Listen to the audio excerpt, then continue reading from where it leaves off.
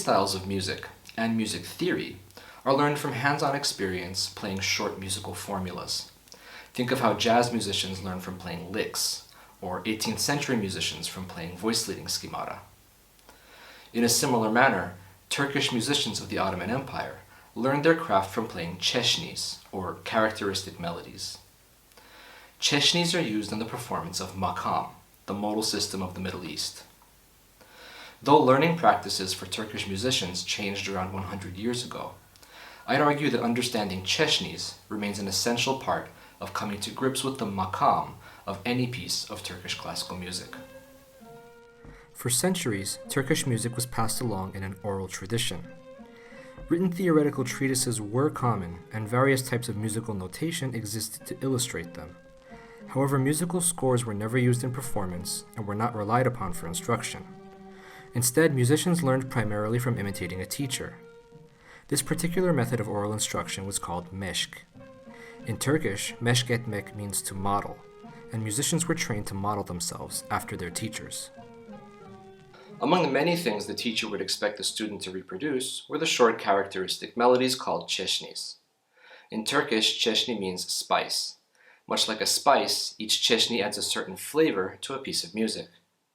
During a lesson, the teacher and the student would discuss the seyir, or the arrangement of çeşni-s within a particular makam. The teacher would recite a song or play a piece of instrumental music in that makam, and the student would attempt to perform it until they could replicate the various çeşni-s contained within. Of course, çeşni-s are only part of what the student would learn within an overall grammar of Turkish music. Nevertheless, they are essential to the style, and a performance would arguably be unidiomatic without them. An example of a çeşni may be seen in the highlighted segment shown here. This çeşni consists of a downward melodic third from G to E with a characteristic glissando on a microtonal F sharp.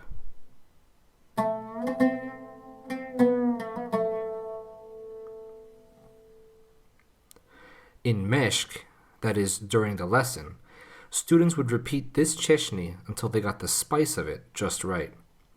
This particular çeşni is commonly referred to as Hüseyni. With grasp of enough çeşnis, the student would be able to memorize and perform large amounts of repertory, as well as compose and improvise new pieces.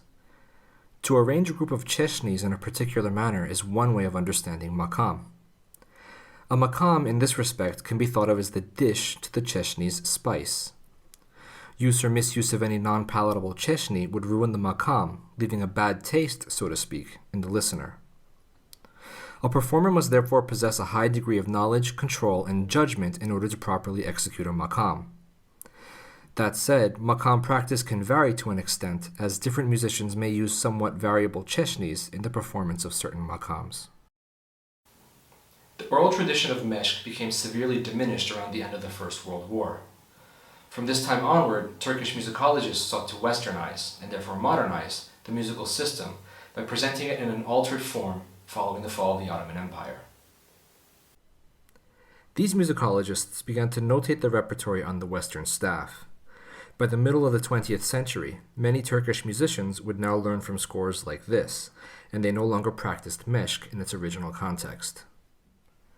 In place of çeşnis, a new, somewhat abstract theory emerged that uses tetrachords, that is, 4-note scale fragments, and pentachords, 5-note scale fragments, as the basic building blocks of makam. For instance, here is a Hijaz tetrachord on A. Notice that some of the notes and intervals here are tuned slightly differently than they would sound on an equal-tempered piano.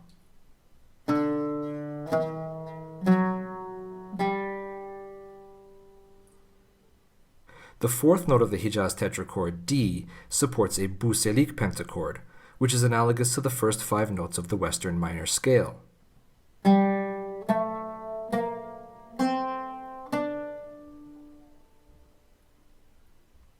The two fragments are conjoined at the common tone so as to form a scale. That is, a Hijaz tetrachord on A plus a buselik pentachord on D combine to make the scale of the makam Hijaz Humayun.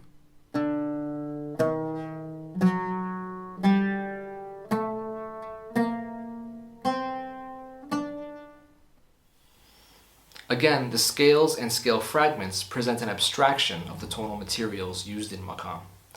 As such, they can only partially represent how a makam is understood in practice. This is because a makam often finds its expression through the çeşni-s with which it is associated, and these melodies can only be learned through hands-on training and deep familiarity with the style. Nowadays, practice with an experienced musician must accompany study of the notated scores so that the çeşni-s may be identified and performed with proper intonation. At this point, it's important to keep in mind that there exists no complete uniformity among music theorists regarding çeşni-s. They can alternatively be referred to as name, meaning melody, or simply by the name of the makam being invoked at that moment, to make Hüseyni, for example. In some cases, even the names of individual çeşni-s can vary from teacher to teacher. Let's now hear some examples of çeşni-s in the context of a couple of songs. Here's an example of the Hüseyni çeşni-si we heard earlier, this time within a song by the Ottoman composer Dede Efendi.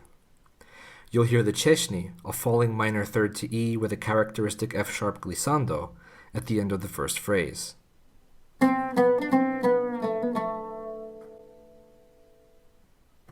The next line has a different çeşni, one often referred to as Humayun.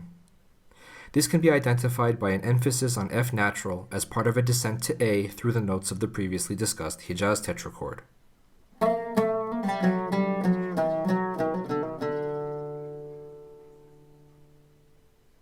The same çeşni occurs again on the next line as part of a repeat of the passage.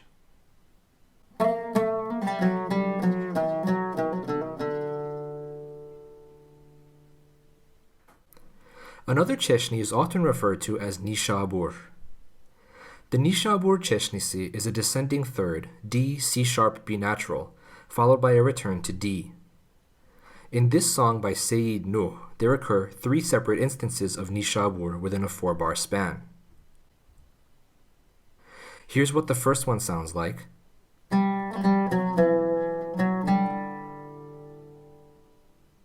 And the second one.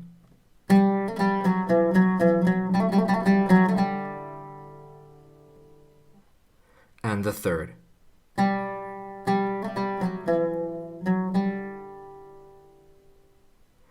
This example demonstrates that çeşni-s may be presented with a variety of rhythmic profiles, and they may also be heavily ornamented, so long as their basic contour and intervallic structure remain recognizable. The system of meshk may be gone, but elements of the oral tradition now coexist with modern notation. In this way, çeşni-s remain a central feature of this music. These melodies are centuries old, passed from teacher to student, and are kept alive by the continued performance of Turkish classical music today. They are instantly recognizable to connoisseurs, and they move from one to another in a highly regulated set of conventions. I argue that uncovering more of these çeşni-s and tracing their makam-defining functions in compositions and improvisations is fundamental to the appreciation of Turkish classical music. Let us conclude with part of a song, performed by me and my special guest Ahmet Erdoğdular. Ahmet is a singer who comes from a musical family that traces its roots to the Ottoman tradition. This song helps display the virtuosity of Ahmet's voice, as it is elaborately ornamented.